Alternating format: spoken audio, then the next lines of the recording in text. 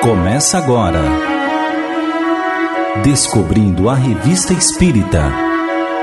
Os fatos, os fenômenos, as análises que auxiliaram Allan Kardec a consolidar os alicerces do Espiritismo. Descobrindo a Revista Espírita. Pesquisa e apresentação, Luiz Armando de Freitas Ferreira.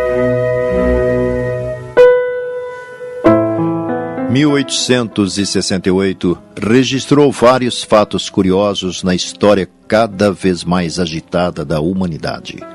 Karl Marx publicava o clássico O Capital, Castro Alves o poema O Navio Negreiro. O Brasil seguia escrevendo tristes páginas na Guerra do Paraguai.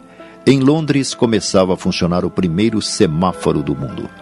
Allan Kardec lançara em janeiro aquela que seria sua última obra enquanto encarnado, a Gênese, os Milagres e as Predições. A Revista Espírita continuava sua trajetória de importante meio de divulgação da evolução do Espiritismo em vários países, bem como da evolução dos conceitos e ideias analisados e comentados pelo codificador. No número 6 daquele ano, correspondente a julho, abrindo a edição, estampava-se a notícia com curiosos detalhes sobre um novo gênero de mediunidade vidente enviada por um correspondente de Genebra, na Suíça. Visões em um copo d'água magnetizada. Kardec, que já havia se deparado com um caso parecido noticiado em outubro de 1864 e outubro de 1865, observava na nova informação uma singular diferença. As visões se davam com copo com água, enquanto nas situações anteriores o copo estava vazio. O informante suíço expunha da seguinte forma a novidade: a mediunidade vidente pelo copo d'água magnetizada acaba de se revelar entre nós num certo número de pessoas. Em um mês temos 15 médiuns videntes deste gênero, tendo cada um a sua especialidade. Um dos melhores é uma jovem senhora analfabeta. É mais particularmente proposta para as doenças, e eis como nossos bons espíritos procedem para nos mostrar o mal e o remédio. Temos um exemplo ao caso. Uma mulher pobre que se achava na reunião havia recebido um rude golpe no peito. Apareceu no copo absolutamente como uma fotografia. Levou a mão sobre a parte ofendida. A senhora V.C., o médium, viu a seguir o peito se abrir e notou que havia sangue coagulado no lugar onde tinha sido dada a pancada. Depois tudo desapareceu para dar lugar à imagem dos remédios, que consistiam num emplastro de resina branca e um copo contendo benjoim. A senhora ficou perfeitamente curada depois de haver seguido o tratamento. Quando se trata de um obsedado, o médium vê os maus espíritos que o atormentam. A seguir aparecem como remédio o espírito simbolizando a prece e duas mãos que magnetizam. Temos um outro médium, cuja especialidade é ver os espíritos. Pobres espíritos sofredores, muitas vezes, nos têm apresentado por seu intermédio cenas comovedoras para nos fazer compreender as suas angústias. Um dia evocamos o espírito de um indivíduo que se havia afogado voluntariamente. Apareceu perturbado na água, não se lhe via senão a parte posterior da cabeça e os cabelos meio mergulhados na água.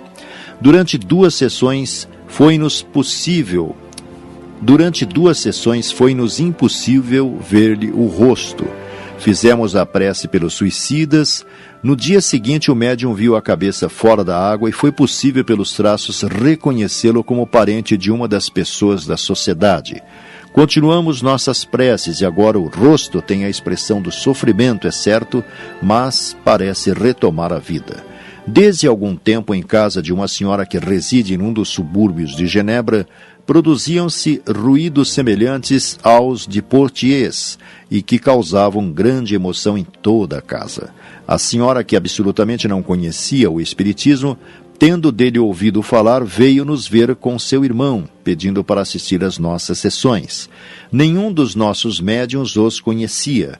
Um deles viu em seu copo uma casa em cujo interior um mau espírito punha tudo em desordem, mexendo os móveis e quebrando a louça. Pela descrição que fez, aquela senhora reconheceu a mulher do seu jardineiro, muito má em vida e que lhe tinha dado muitos prejuízos.